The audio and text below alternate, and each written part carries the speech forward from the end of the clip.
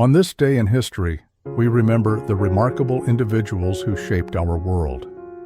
Welcome to Who Died Today in History, where we honor their legacies.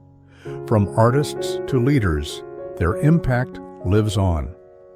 If you find their stories meaningful, like, subscribe, and hit the bell to stay connected. Charles Darwin, one of history's most influential scientific minds, died of natural causes on April 19, 1882, at the age of 73. Suffering from heart disease and chronic illness for much of his later life, Darwin passed away peacefully at his home, Downhouse, in Kent, England. Despite his own agnosticism, he was buried with honor in Westminster Abbey, an extraordinary gesture that acknowledged his monumental contributions to science and society. Darwin's death came at a time when his theories had already begun reshaping human understanding of biology, nature, and even the place of humanity in the cosmos. His 1859 publication on the origin of species had sparked intense debate across scientific, religious, and political spheres. To die a natural death, rather than amid persecution or suppression, reflected the gradual but profound shift of Victorian society toward accepting scientific inquiry, even when it challenged traditional beliefs. The immediate consequences of his passing were both cultural and symbolic. Tributes poured in from across the globe, not just from fellow scientists, but also from political leaders, philosophers, and educators. His burial in Westminster Abbey placed him among Britain's most revered figures, signaling a broader reconciliation between science and the public conscience. Darwin's death did not halt the momentum of evolutionary science. In fact, it amplified his legacy. The foundations he laid were built upon by generations of scientists, from Mendel's genetics to modern evolutionary biology. His ideas influenced not only science, but also philosophy, anthropology, and even literature, marking a pivot in humanity's quest to understand its origins. Today, Darwin is immortalized in countless ways. Statues and university buildings bear his name. His face appeared on British currency, and Darwin Day is celebrated annually on his birthday. More profoundly, his theories remain cornerstones of biological education and research, his legacy secured not by mythology, but by the enduring utility and influence of his work. Darwin's death underscores humanity's complex relationship with knowledge and mortality. While he died as all do, the power of his ideas ensured he would live on. In remembering figures like Darwin, we see how intellectual bravery, even when controversial, can echo through generations. Jim Steinman, the theatrical mastermind behind some of rock and pop music's most dramatic anthems, died of natural causes on April 19, 2021, at the age of 73. Known for his sweeping, operatic compositions and collaborations with artists like Meat Loaf, Bonnie Tyler, and Celine Dion, Steinman passed away in Connecticut after a long period of declining health, including complications from a stroke he suffered in 2004. His death, though not sudden, struck a chord with fans of a genre-defying style that defied trends and embraced excess. Steinman's death marked the end of an era for a kind of music that thrived on emotional grandeur. Emerging in the late 20th century, an era shaped by commercialization of pop and rock, Steinman's style stood out. His refusal to conform to minimalist trends, preferring epic-length songs and Wagnerian storytelling, reflected both a rebellion against conformity and a romanticism often dismissed by mainstream critics. That he died in an age dominated by streaming algorithms and formulaic hits was a poignant reminder of the fading space for bold artistic eccentricity. The immediate consequence of his death was a renewed appreciation for the sheer scope of his influence. Tributes poured in across social media, with fans and artists praising his contributions to Bat Out of Hell, one of the best-selling albums of all time, and his indelible impact on pop culture. Songs like Total Eclipse of the Heart and It's All Coming Back to Me Now gained new life as listeners revisited their bombastic brilliance. In death, Steinman's legend was amplified, not diminished. His work continued to thrive on Broadway and in concert halls, and discussions about his unique genre, Wagnerian rock, resurfaced in music criticism. His blend of rock, classical influences, and Gothic storytelling underscored the timeless appeal of emotionally raw and theatrical music. Jim Steinman's passing reminds us that mortality does not silence creativity. We immortalize figures like him through the songs that continue to echo across generations, through tribute performances, cover versions, and critical reappraisal. His legacy lives in the way his music makes listeners feel, transported, heartbroken, exhilarated. In art, as in memory, his fire burns eternal. Moonbin, a cherished member of the K-pop group ASTRO, passed away on April 19, 2023, at the age of 25. He was found unresponsive in his sole apartment by his manager after missing a scheduled rehearsal. Authorities reported no signs of foul play, and while the cause of death was not officially confirmed, it was widely believed to be suicide. Moonbin's untimely death cast a spotlight on the intense pressures faced by K-pop idols. The rigorous demands of the industry, including relentless schedules and high public expectations, have been linked to mental health challenges among artists. His passing underscored the urgent need for greater mental health awareness and support within the entertainment sector. The immediate aftermath saw an outpouring of grief from fans worldwide.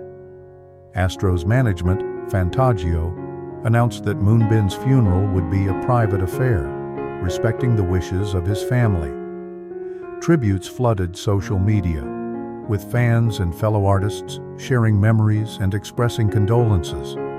The tragedy also reignited discussions about the mental well-being of performers and the systemic changes needed to support them. In the wake of his death, Moonbin's legacy has been honored through various tributes. ASTRO released a song titled Moon to commemorate his memory, aiming to evoke strong emotions and reflect connections that transcend life and death. Fans continue to celebrate his contributions to music and remember him through shared stories and dedicated events. Moonbin's passing serves as a poignant reminder of the human cost behind the glamour of fame. It highlights the importance of compassion, understanding, and systemic support for those in high-pressure industries. Through art, music, and collective remembrance, society seeks to honor his memory and advocate for the well-being of current and future artists. Walter Mondale, former Vice President of the United States under Jimmy Carter, died of natural causes at his home in Minneapolis on April 19, 2021, at the age of 93. His passing marked the end of a significant era in American politics, one defined by liberal values, government transparency, and a commitment to civil rights. Mondale had been a towering figure in the Democratic Party, widely respected for his integrity and public service, which spanned over 4 decades. Mondale's death was peaceful and expected. He had spent his final days contacting friends and former staffers to say goodbye, a gesture that reflected the deep personal relationships he nurtured throughout his life. His dignified departure contrasted with the polarized political climate of the 2020s, reminding many of a time when bipartisan respect was more common. As someone who expanded the vice presidency into a more active, policy-shaping role, his legacy was both structural and symbolic. The immediate consequence of Mondale's death was a wave of national reflection. Leaders across the political spectrum paid tribute to his decency and commitment to public service. President Joe Biden, who considered Mondale a mentor, noted how his model of the vice presidency deeply influenced Biden's own tenure under President Obama. In this way, Mondale's influence persisted long after he left office, subtly shaping executive dynamics and expectations.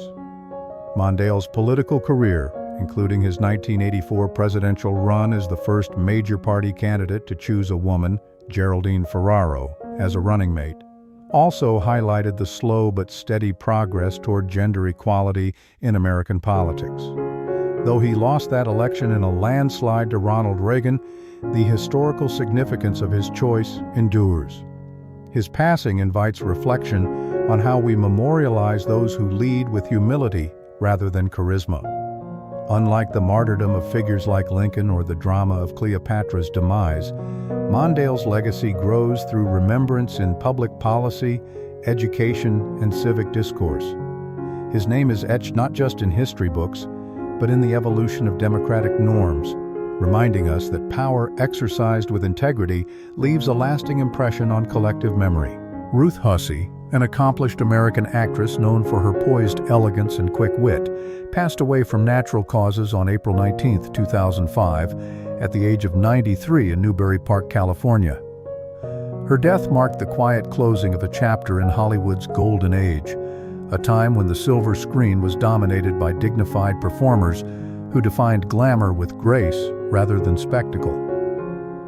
Best remembered for her Oscar-nominated role as Elizabeth Embry in The Philadelphia Story, Hussey's career spanned decades of change in the entertainment industry, from the studio system's heyday to the rise of television. Her passing, though not a global event, prompted reflection among classic film aficionados and scholars on the fading memory of an era when intelligence and subtlety were hallmarks of stardom. In a cultural moment increasingly saturated with celebrity spectacle, the understated way in which Hussey lived and exited the world seemed almost symbolic. She never sought the limelight off-screen and maintained a stable family life, marrying talent agent C. Robert Longenecker and raising 3 children, an anomaly in the turbulent lives of many of her contemporaries. The immediate consequences of her death were largely confined to the classic film community, yet they offered an opportunity to re-examine the contributions of women in Hollywood who were often overshadowed by flashier co-stars. Hussey brought intelligence and independence to her roles at a time when women on screen were frequently relegated to decorative or dependent parts. Her legacy, in this light, becomes one of quiet resistance, a commitment to portraying competent, articulate women at a time when that was far from the norm. Her death invites broader reflection on how we remember those who shaped culture without dominating headlines. Ruth Hussey is immortalized not with monuments or tragic mythos, but through the enduring charm of her performances. Classic films serve as time capsules, preserving not only the aesthetics of an era, but the values its stars embodied. In remembering figures like Hussey, we acknowledge that legacy is not solely built on grand drama or untimely ends, but also on integrity, talent, and the subtle reshaping of cultural expectations.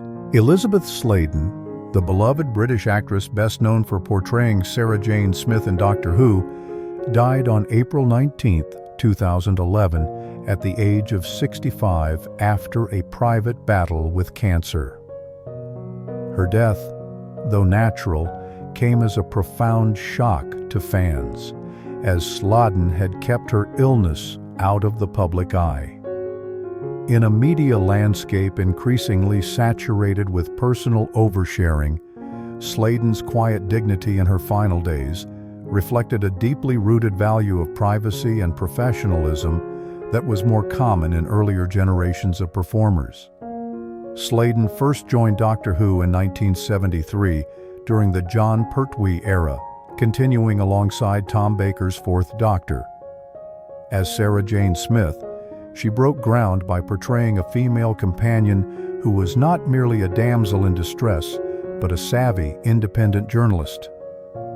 Her character stood as a reflection of second-wave feminism, challenging outdated gender norms on British television. Sladen's portrayal resonated with audiences for decades, so much so that she reprised her role in the 2000s revival of Doctor Who and starred in the Sarah Jane Adventures, which brought her charm and courage to a new generation. The immediate consequence of her death was an outpouring of grief from the Doctor Who community. Fans, colleagues, and creators alike paid tribute, with Russell T. Davies, then producer of the series, calling her irreplaceable. Her passing also forced an abrupt and heartbreaking conclusion to the Sarah Jane Adventures, which had become a touchstone for younger audiences, navigating themes of friendship, bravery, and loss. Sladen's death did not just mark the end of a character's journey, it served as a powerful reminder of the lasting emotional bond between viewers and the stories that shaped their imaginations. She has been immortalized in tributes, fan art, documentaries, and conventions, embodying the way modern culture enshrines its icons through both formal and grassroots commemoration. Her legacy reflects humanity's yearning to preserve not only talent, but the ideals performers represent. In Elisabeth Sladen, we remember someone who championed intelligence, compassion, and courage. And through the timeless magic of science fiction, she continues to inspire across time and space. Lord Byron, one of the most influential poets of the Romantic era, died on April 19, 1824, in Missolonghi, Greece, at the age of 36. His death was natural, the result of a fever, possibly sepsis, following a poor medical treatment regimen, specifically bloodletting, by his attending physicians. In a tragically ironic twist, Byron, known for his heroic and rebellious spirit, was not slain on the battlefield but fell victim to outdated medical practices that reflected the limited understanding of health and disease in the early 19th century. Byron had journeyed to Greece not as a poet, but as a freedom fighter, supporting the Greek War of Independence against the Ottoman Empire. His involvement in the cause, both financially and through personal commitment, marked a transition from literary celebrity to political figure. In this era, marked by revolutionary movements and romantic ideals of liberty, Byron embodied the fusion of intellect and activism. His death, therefore, was not just the loss of a literary voice, but the silencing of a symbol of romantic heroism. The immediate consequences of Byron's death were profound. In Greece, he was mourned as a national hero. His passing galvanized further international support for the Greek struggle for independence. In Britain and across Europe, the news sent ripples through literary and political circles, amplifying his legend. Byron, already a controversial and celebrated figure for his poetry and scandalous personal life, became mythologized. His death cementing his place in history as a martyr to both art and liberty. In the centuries since, Lord Byron has been immortalized not only through his works like Childe Harold's Pilgrimage and Don Juan, but also through paintings, biographies, and memorials. His life and death continue to represent the enduring tension between individualism and societal norms, passion and restraint, and the immortal allure of a rebellious spirit cut short. Byron's passing invites reflection on how we remember those who challenge conventions. His story illustrates that mortality, even when faced with grandeur or genius, is inescapable. But the echoes of such lives can resonate far beyond their time. Serge Nubret, an iconic figure in the world of bodybuilding, passed away on April 19, 2011 at the age of 72. His death was natural, though shrouded in some speculation due to the mysterious circumstances leading up to his passing. In 2009, Nubret fell into a coma that lasted nearly 2 years before his death. Some sources reported that he may have suffered a stroke, while others suggested poisoning, though no conclusive medical evidence was ever released publicly. Regardless, Nubret's death marked the end of an era in bodybuilding defined not just by muscle mass, but by aesthetics, charisma, and personal philosophy. Known as the Black Panther, Nubret rose to fame during the golden age of bodybuilding in the 1960s and 1970s. Competing alongside legends like Arnold Schwarzenegger, he distinguished himself with a sculpted physique that balanced power and symmetry. His approach reflected broader cultural values of the time, a celebration of the individual, the human form, and discipline through natural means. Nubret famously followed a unique, high-volume training regimen and an almost carnivorous diet, standing out not only for his physique, but for his outspoken nature and intellectual perspective on bodybuilding. His death was a blow to both the bodybuilding and fitness communities, prompting tributes that emphasized his elegance, discipline, and authenticity. While he never achieved the widespread fame of some of his contemporaries, Nubret became a symbol of the philosophical side of bodybuilding. His passing encouraged a renewed appreciation for classic physiques and the artistry of bodybuilding before the sport became more dominated by mass and pharmaceuticals. Nubret's legacy lives on through photographs, documentaries, and his own writings, particularly I Am, Me, and God, where he shared spiritual reflections and insights into his life philosophy. Statuesque images of him continue to inspire modern fitness enthusiasts, and forums still discuss his routines with reverence. His death reminds us that mortality spares no legend, but that through dedication to craft and clarity of purpose, one can leave an enduring impact.